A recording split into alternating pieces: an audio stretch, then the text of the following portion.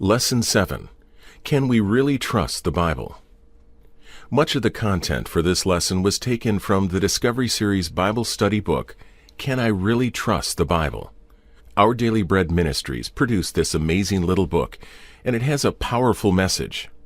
Sadly, some of the book's excellent content had to be left out of this much shorter lesson. Other content was restated, and some additional content was added. But the ideas and outline of this lesson comes from that book, and we strongly recommend its reading. Introduction. The Bible is a book authored by God Himself that shows us how to know Him, how to receive His gift of eternal life, and live as He created us to live. Countless people over the centuries since it was written have trusted it and followed its teaching. Before leaving this course, it's essential that you can confidently answer the question, can we really trust the Bible? Does anyone doubt the Bible's trustworthiness? Many think of the Bible as just another book. They appreciate its fascinating stories and beautiful poetry, but see it only as great literature. Others believe it contains scientific and historical inaccuracies and don't trust it. It is thousands of years old, and in a rapidly changing world, some see its message as outdated and irrelevant. They reject the claim that it is from God and place it alongside the teachings of Confucius or Mohammed. But is there sufficient evidence to support the Bible's claims? Can we really trust the Bible? This lesson explores that question and is designed to bolster your confidence that, yes, you really can trust the Bible with your life and your eternal destiny. The Bible claims it is trustworthy. What can we actually believe about the Bible? What claims does it make about itself, and what claims do others make for it? Two summarizing passages. 2 Timothy 3:16 claims, "All Scripture is God-breathed, and is useful for teaching, rebuking, correcting, and training in righteousness." This statement claims that as human authors wrote the Bible books, God Himself guided them as they wrote. This amazing claim that the Bible is a God-inspired book deems it absolutely trustworthy. The word translated inspired means more than that a writer was especially moved by some internal motivation. The word literally means God-breathed. This passage claims that the words in Scripture originated in God's mind, and the Holy Spirit influenced the writers to record the message God wanted them to write. A second passage that makes the claim that Scripture is God's Word is 2 Peter 1:20 and 21. No prophecy of Scripture came about by the prophet's own interpretation of things.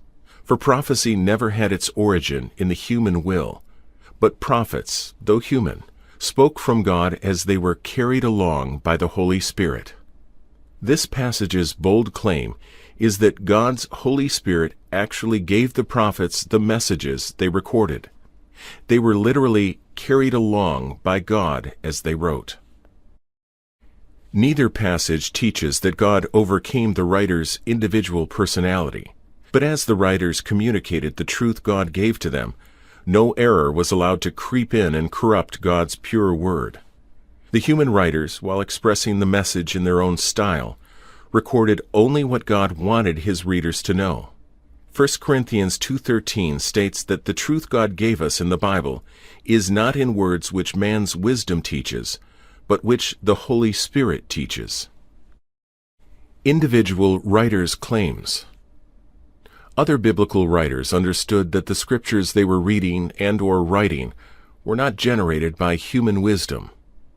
Daniel accepted Jeremiah's prophecy as reliable. Peter accepted Paul's writings as Scripture. The prophets repeatedly claimed their messages were authoritative because they were speaking God's messages to His people. Paul clearly affirmed over and over again that he received his message directly from God Himself. These few passages only illustrate the numerous times the Bible's writers claimed their messages were directly from God. Jesus claims. During his time on earth, Jesus affirmed that the Scriptures are trustworthy and authoritative. He referred to the Bible as God's Word, Scripture, God's commandment. He believed biblical characters and events like Adam and Eve, Noah and the flood, and Jonah and the great fish were real. He claimed his own words were Scripture and therefore authoritative. He held people responsible to God for what the Bible taught. He used Scripture as sufficient evidence when answering his critics. He used Scripture to refute Satan's efforts to tempt him. The Bible's unity and preservation. Many messengers, one message. Many authors find, even after numerous proofreadings and edits by professional publishers, that there's a glaring contradiction or inconsistency in their newly published writing. But those who have carefully studied the Scriptures, including its severest critics, find an amazing unity and consistency in its teachings. You discovered in Lessons 1, 4, and 5 of this course that the Old Testament was written over a period of 1,000 years and includes 39 books written by 30 different authors. After 400 years of silence, the New Testament was written over a period of 50 years, with its 27 books and 9 authors. But the single theme from Genesis to Revelation is God's rescue of mankind from sin through His Son Jesus Christ. The Old Testament's 39 books announce Jesus as humanity's hope for salvation, and the New Testament's 27 books announce the fulfillment of that hope. Those who would discredit the Bible by finding contradictions in its message have not succeeded. Many centuries, one text. There are no original manuscripts of the Bible's books. All have been lost or destroyed over the centuries. But awareness of the rigorous efforts to ensure that the texts we have today say the same thing the original text said add to our confidence that we can trust the Bible. The Old Testament text. Because they were considered the sacred Word of God, the Old Testament books were copied and preserved with great care. From 8500 to 900, the Masoretes, a dedicated group of Old Testament scribes, followed a rigorous process of making sure the copies they made of the Old Testament manuscripts were accurate. For instance, after copying a page of text, they would count all the letters on the original page and on the copied page. If the numbers didn't agree, they would destroy the copy and make a new one. Because of this practice and other stringent checks by these Masoretic scribes, the Hebrew texts since AD 900 are error-free.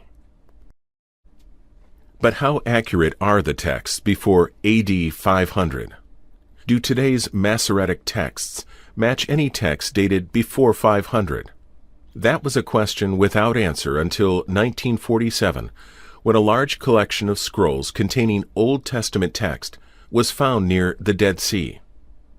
Scholars carefully compared the Masoretic texts with the Dead Sea Scrolls, which predated them by 1,000 years, and found that they were almost identical. The amazing preservation of the manuscripts, down to the level of the numbers of letters on a page, assures us that the Old Testament texts have been accurately preserved and are reliable. The New Testament text. The New Testament texts, like the Old, have been copied thousands of times, but have also been kept from error. New Testament textual critics have carefully studied the thousands of available manuscripts, and they assure us that the texts we read today are identical to those written by the New Testament writers. There are minor differences in spelling, but no discrepancies have been found that in any way influences the meaning of a Bible passage in the Bibles we read today. Fortunately, we have an enormous number of copies to examine, and they are amazingly close to their date of origin. Consider these comparisons with other ancient texts that are accepted as valid copies of their originals. We have 10 manuscripts of Caesar's Gallic Wars, earliest date AD 900. 20 manuscripts of Livy's History of Rome, earliest date AD 400. 8 manuscripts of Thucydides' History, earliest date AD 900. 8 manuscripts of Herodotus' History, earliest date AD 900. 14,000 manuscripts of New Testament writings, earliest date AD 125. There are 2 more recent archaeological finds that have added significant evidence for the accuracy of our current New Testament texts. The Rylands Library papyri, with a fragment of John 18, dates to around AD 125, and the Chester Beatty collection of papyri contains most of the New Testament books and is dated between AD 200 and 275. Scholars who study ancient texts rarely doubt the accuracy or validity of the other manuscripts listed above.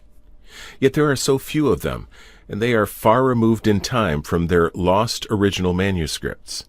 Their confidence in these other writings, with the amount and quality of the evidence for their accuracy, should give any Bible reader great confidence that with such superior manuscript evidence, we can trust that the truths in the Bible we read are the truths God gave to His prophets and apostles. Yes, you can trust the Bible. The Bible's prophetic accuracy. Moses said in Deuteronomy 18:22, "If what a prophet proclaims in the name of the Lord does not take place or come true, that is a message the Lord has not spoken." There may be no more powerful evidence that the Bible is God's Word than the hundreds of its prophetic statements that have been fulfilled. Some of the most dramatic examples of fulfilled prophecy are those concerning Jesus Christ. Just a few of the many illustrate this crucial point. The Old Testament prophets, hundreds of years before His birth, stated that He would be born of a virgin, Isaiah 7:14, fulfilled in Luke 1:26 through 35. Be born in Bethlehem, Micah 5:2, fulfilled in Matthew 2:1. Be called Emmanuel, Isaiah 7:14, fulfilled in Matthew 1:23. Minister in Galilee, Isaiah 9:1 and 2, fulfilled in Matthew 4:12 through 16. And triumphantly enter Jerusalem, Zechariah 9:9, fulfilled in Matthew 21:1 through 11. Add to these fulfilled prophecies about Jesus the overwhelming number of announcements made by Old Testament prophets about individuals, cities, civilizations, empires, and other entities that came to pass sometimes hundreds of years after the prophet's time. Isaiah challenged the false prophets to prove their validity by announcing a future event, an absurd challenge for any prophet who was not inspired by God or carried along by God's Holy Spirit. Yet Isaiah boldly proclaimed prophecy after prophecy. He proved unequivocally that God had spoken through His prophet when His pronouncements became a reality. The Bible's powerful impact. Paul wrote that if anyone is in Christ, he is a new creation. Old things pass away, and all things become new. 2 Corinthians 5:17. Jesus' great commandment to love the Lord your God with all your heart, soul, mind, and strength, and your neighbor as yourself, has led to deep social revolution wherever the Bible has been accepted. Individuals whose lives were out of control have become loving spouses and parents when they became Christ followers. Some of Christianity's greatest champions were its greatest enemies until the Bible's message transformed their life. For many, this evidence assures them that the Bible is true and we can trust it. They believe that God inspired its writers. The facts of its preservation gives them confidence in its message. They are astounded by the events that God's prophets announced years before they occurred. But the clincher for them is stated by the hymn writer who said of Jesus, "You ask me how I know He lives. He lives within my heart. There is that final bit of irrefutable evidence that cements our confidence when God's Spirit uses God's Word in the life of God's child.